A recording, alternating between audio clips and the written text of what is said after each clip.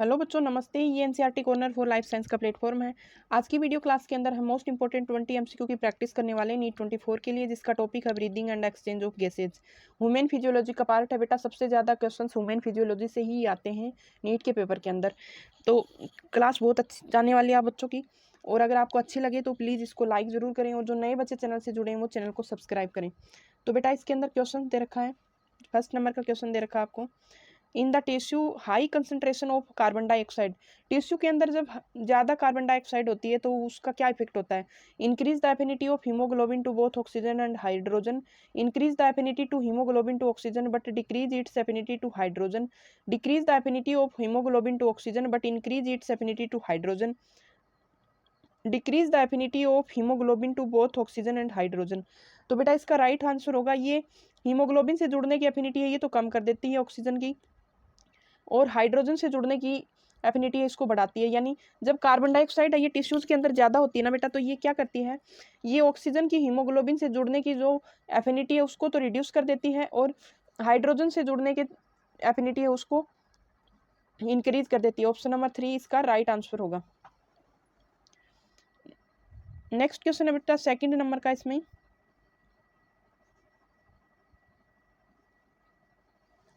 A person breathing normally at rest takes in and expel approximately half a liter of air during each respiratory cycle. This is called। तो एक human है जो rest के time पे एक normal inspiration और expiration कर रहा है, तो ये हाफ ऑफ लीटर एक्सपिरेशन और इंस्पिरेशन करता है नॉर्मली एक बार में। तो इसको क्या बोला जाता है? Inspiratory reserve volume, tidal volume, expiratory reserve volume और वाइटल कैपेसिटी। तो बेटा इसको बोला जाता है tidal volume. Volume of air inspire और expire during a normal respiration. यानी जब नॉर्मल रेस्पिरेशन के अंदर एक बार में जितनी एयर को हम अंदर लेते हैं या उतनी एयर को हम बाहर निकालते हैं हमारे, तो ये अप्रोक्सीमेटली कितनी होती है? हाफ लीटर के लगभग होती है। तो इसको क्या बोला जाता है? ये इसको बोला जाता है बेटा टाइडल वॉल्यूम। टाइडल वॉल्यूम बोला जाता है। नॉर्मली ब्रीथ को क्या बोला जाता है? इंस्पिरेशन और एक्सपिरेशन को टाइडल वॉल्यूम बोला जाता है। और ये 500 ml के लगभग इसका वॉल्यूम होता है, 500 ml वॉल्यूम होता है। और एक जो मिनट होती है ना उसके अंदर ये 6000 से लेके 8000 ml होता है एयर पर। एक मिनट के अंदर टाइडल वॉल्यूम कितना होता है? 6000 से लेके 8000 ml तक होता है। ऑप्शन नंबर 2 इसका राइट आंसर है। नेक्स्ट क्वेश्चन है, chemo sensitive area of respiratory centre in medulla is affected by. Chemo sensitive जो एरिया होता है ना,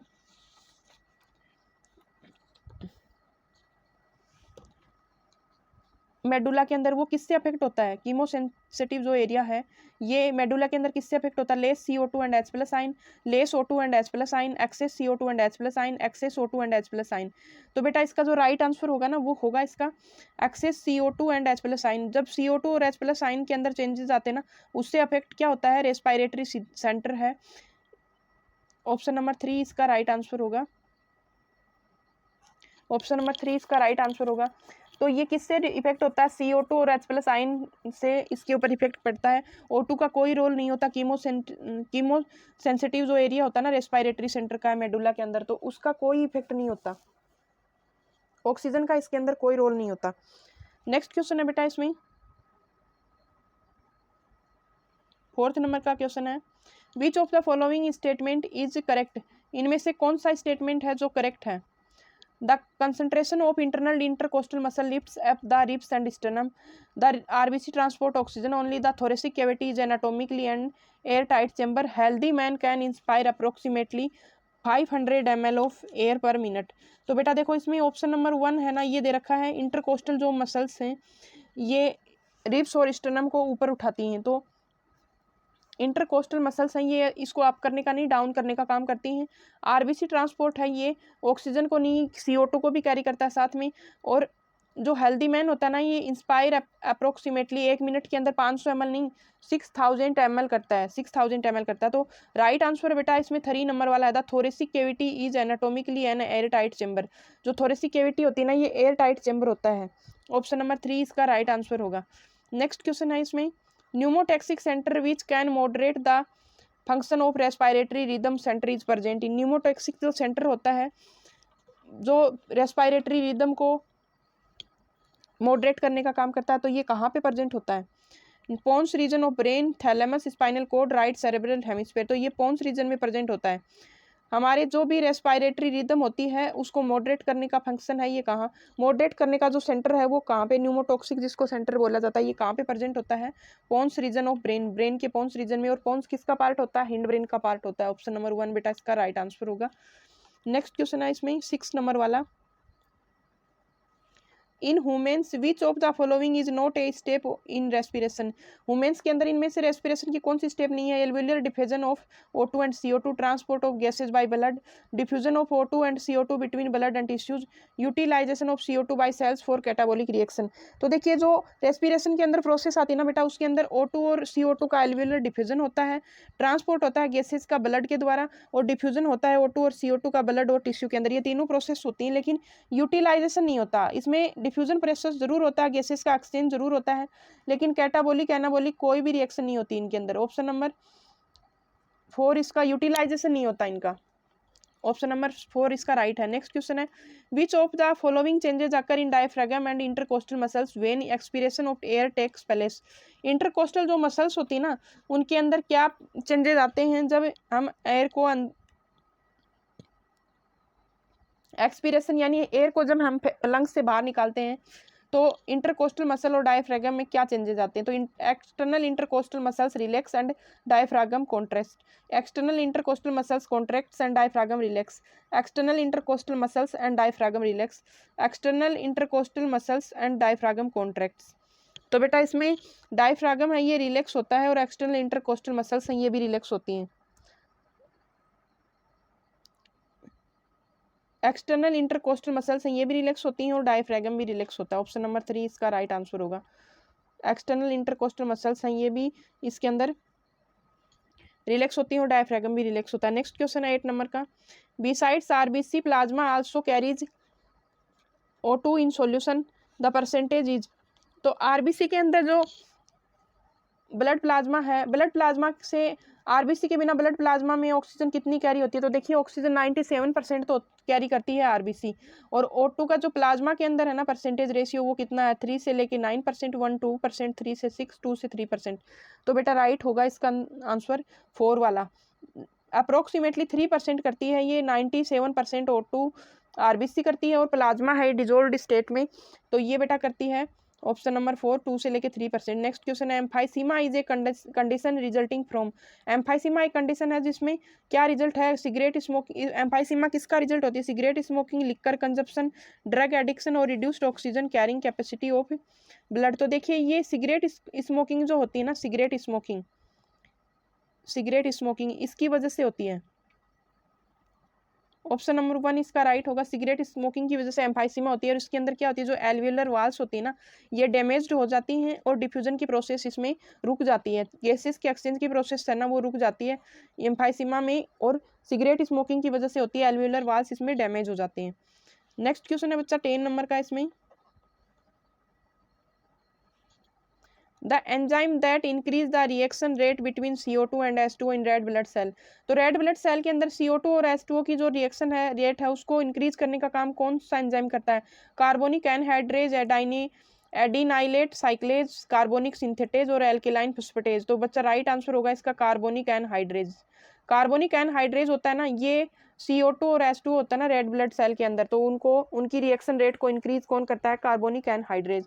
तो ये सबसे पहले जुड़ के क्या बनाते हैं, H2CO3 बनाते हैं। सबसे पहले क्या बनाते हैं, H2CO3, फिर इससे आगे क्या बनाते हैं, ये बाइकार्बोनेट आयन और H+ बना लेते हैं। तो ऑप्शन नंबर इसका राइट होगा 1। नेक्स्ट क्वेश्चन है, temperature decreases oxy HB curve becomes. तो जब टेम्परेचर है ये कम होता है, तो ऑक्सीजन हीमोग्लोबिन का जो कर्व होता है वो कैसा हो जाता है, मोर स्टीप, स्ट्रेट, पैराबोलिक और नन ऑफ दिस। तो मोर स्ट्रिप होगा इसका आंसर, मोर स्ट्रिप हो जाता है, स्टीप हो जाता है। नेक्स्ट क्वेश्चन है बच्चा 12 नंबर का, the partial oxygen pressure is maximum in. तो ऑक्सीजन का पार्शियल प्रेशर, देखिए पार्शियल प्रेशर क्या होता है, पार्शियल प्रेशर होता है मिक्स्ड एयर का, यानी ऑक्सीजन के साथ में मिक्स्ड एयर है, तो वो पार्शियल प्रेशर होता है। ये सबसे ज्यादा किसमें होता है, alveolar air, atrial blood, venous blood और एक्सपायर्ड एयर।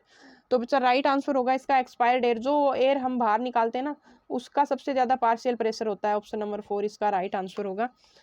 नेक्स्ट क्वेश्चन है 13 नंबर का, lungs are enclosed in. Lungs किस में इनक्लोज्ड होते हैं, पेरिकॉन्ड्रियम, पेरिकार्डियल, प्लूरल मेम्ब्रेन और पेरिटोनियल। तो बेटा राइट आंसर होगा प्लूरल मेम्ब्रेन के अंदर लंग्स एनक्लोज्ड होते हैं। ऑप्शन नंबर 4 इसका राइट आंसर है। प्लूरल जो मेम्ब्रेन होती है ना, इसके अंदर लंग्स एनक्लोज्ड होते हैं। नेक्स्ट क्वेश्चन है बेटा 14 नंबर का क्वेश्चन है, the ventilation movement of the lungs in mammals are governed by. जो वेंटिलेशन मूवमेंट्स होता है ना लंग्स का, वो मेमल्स में किससे गवर्न होता है? Muscular walls of lungs, diaphragm, coastal muscles और बोथ बी एंड सी। तो वेंटिलेशन यानी एयर अंदर जा रही है, अंदर बाहर आ रही है, लंग्स कभी सिकुड़ रहे हैं, कभी फैल रहे हैं, वो मोमेंट है, ये किसके द्वारा गवर्न होती है, यानी इसको कंट्रोल कौन करता है, किसकी वजह से होती है, इनको इनकी एक्टिविटी किस वजह से होती है? डायफ्रागम और कोस्टल मसल्स, दोनों का आंसर होगा इसमें 4 नंबर, दोनों की वजह से होती है। डायफ्रागम और कोस्टल मसल्स होती है ना, इनके दोनों का मिलके फंक्शन होता है, ये गवर्न करने का काम करती है वेंटिलेशन वाले मूवमेंट को। नेक्स्ट क्वेश्चन है, which of the following is incorrect in context to O2 binding to Hb। O2 जब बाइंड करती है Hb के साथ में, तो इसमें से इनकरेक्ट कौन सा है? Lesser H plus concentration, lower temperature, lower PCO2 और लोअर PO2। तो बेटा इसके अंदर जब O2 Hb के साथ में बाइंड करती है ना, तो इसमें से इनकरेक्ट क्या है? लेस H प्लस कंसंट्रेशन, ज़्यादा लो टेम्परेचर होगा, लो PCO2 होगा और लो O2 होगा। तो बेटा इसका जो राइट आंसर होगा ना, वो होगा इसमें, इसका पार्शियल प्रेशर है ना वो ज़्यादा होता है ना तब बाइंड करती है, पार्शियल प्रेशर कम होता है तब नहीं करती है।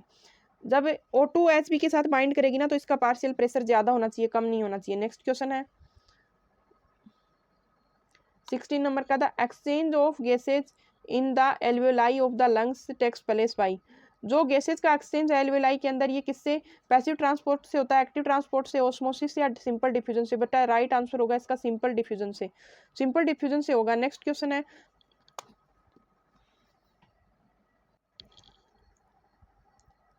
Vital capacity of lungs. Lungs की जो वाइटल कैपेसिटी होती है वो कितनी होती है? RV, IRV plus ERV, IRV plus ERV plus TV minus RV, और IRV plus ERV plus TV plus RV, और IRV plus ERV plus TV। तो देखो बेटा जो वाइटल कैपेसिटी होती है ना, वाइटल कैपेसिटी बोलते किसको है? तो वाइटल कैपेसिटी में मैक्सिमम वॉल्यूम होता है एक पर्सन का, जो एक बार में फोर्सफुली एक्सपीरेशन में, फोर्सफुली ब्रीथ में, एक नॉर्मल ब्रीथ के बाद में जब फोर्सफुली एक्सपीरेशन करता है ना, फोर्सफुली, तो वो क्या होती है? वाइटल कैपेसिटी होती है। फोर्सफुल एक्सपीरेशन के बाद में जब एक ह्यूमन पर्सन है ये ब्रीथ करता है एक बार में, तो उसको बोला जाता है वाइटल कैपेसिटी। फोर्सफुली एक्सपीरेशन के बाद में जब एयर को ब्रीथ किया जाता है इन अंदर, तो वो क्या होती है? Vital capacity. और वाइटल कैपेसिटी किसके बराबर होती है? Expiratory reserve volume, tidal volume और इंस्पायरेटरी रिजर्व वॉल्यूम, तीनों को प्लस करने के बाद क्या होती है? एक मैक्सिमम वॉल्यूम होती है, और ये क्या होती है? वाइटल कैपेसिटी होती है। तो ऑप्शन नंबर 4 इसका राइट आंसर होगा।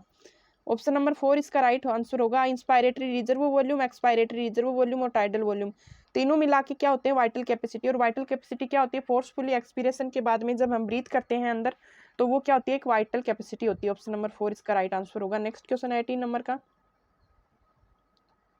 Find the incorrect match. इनमें से इनकरेक्ट चूज करना है।